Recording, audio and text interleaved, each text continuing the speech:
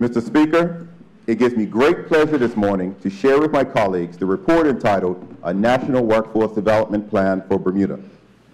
My honorable colleagues will be aware that the government's 2017 election platform committed to create a national workforce development plan in collaboration with key stakeholders to ensure that Bermudians are properly prepared to take advantage of both current and future job opportunities. Additionally, this government committed to ensuring skill shortages across different occupational groups are addressed and that training options exist on island to equip Bermudians for workforce today and in the future. The creation of the National Workforce Development Plan was also announced as one of the government's 2017 throne speech initiatives. Mr. Speaker, accordingly, 6 high-level strategic priorities were identified to shape the terms of reference for the working group and to drive the design, content, and structure of the National Workforce Development Plan for Bermuda. These strategic priorities included 1. Employer and industry engagement. 2. Alignment of the workforce development system. 3. Creation of a career pathways. 4. Development of a youth workforce programs. 5. Universal access to education, training, and career services. And 6. Government resources and funding. Mr. Speaker, in January 2018, the National Workforce Development Plan Working Group was established as a non-statutory committee reporting directly to the Minister of Education and Workforce Development.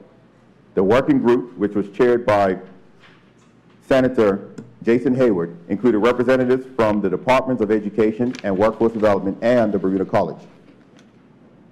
Mr. Speaker, in February 2017, several of the working group members participated in an International Visitors Leadership Exchange Program, a 10-day professional exchange sponsored by the United States Consulate to examine workforce development.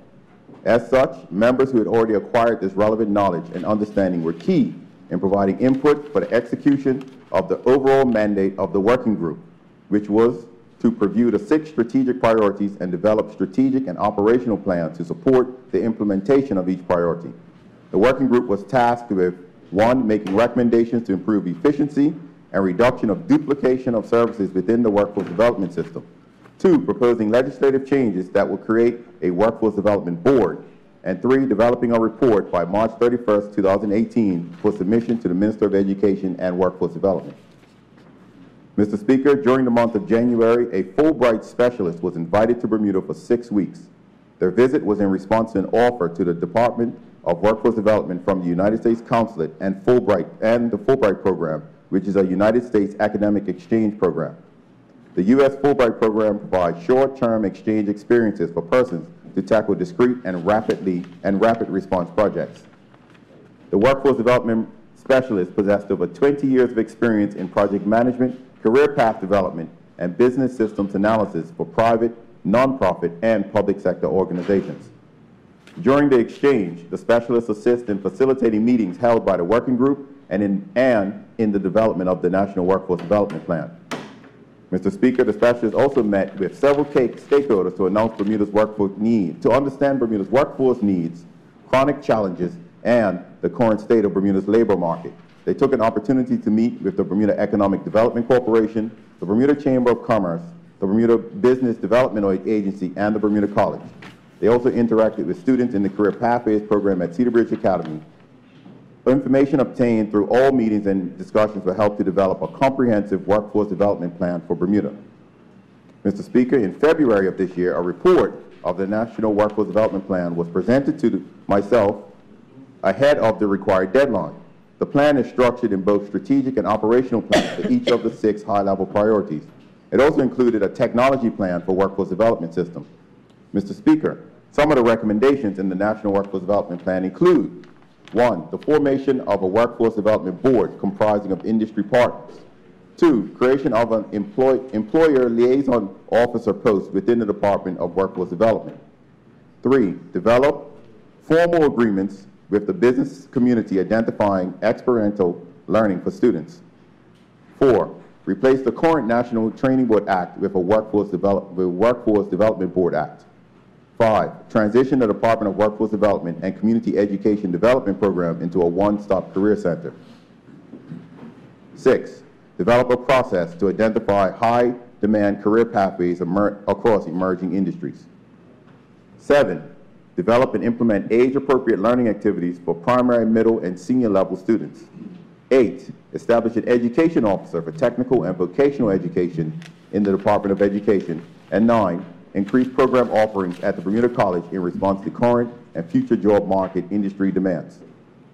Mr. Speaker, it's important to note that several of these recommendations align directly with recommendations emanating from an operational and organizational review of the Department of Workforce Development that was conducted between August and November 2016, which was undertaken by the government's management consulting section.